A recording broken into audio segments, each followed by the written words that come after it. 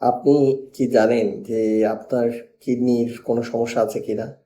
কিডনির অসুখ সাধারণত কোনো লক্ষণ নিয়ে প্রকাশ করে না প্রথমেই। সুতরাং আপনার কিডনিতে যদি জটিলতা দেখা দেয়, প্রথমেই কোনো ধরনের লক্ষণ দেখা দেয় না। তাই কিডনির অসুখকে নীরব ঘাতক অসুখ বলা হয়। কিডনির রোগ লক্ষণ দেখে অনেক সময় নির্ণয় করা কঠিন। আর কিডনির যদি আপনার সমস্যা হয় তাহলে আপনি কিছু নিয়ম মেনে চলা আমার কাছে মনে হয় সবচেয়ে জরুরি।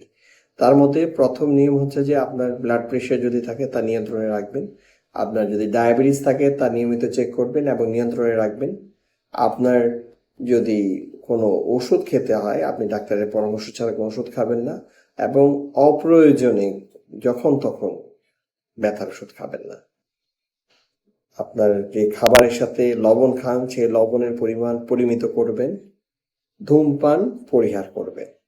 এছাড়াও আপনার ওজন নিয়ন্ত্রণ করবেন, নিয়মিত ব্যায়াম করবেন এবং সবচেয়ে জরুরি অবশ্যই কিডনি পরীক্ষা করবেন।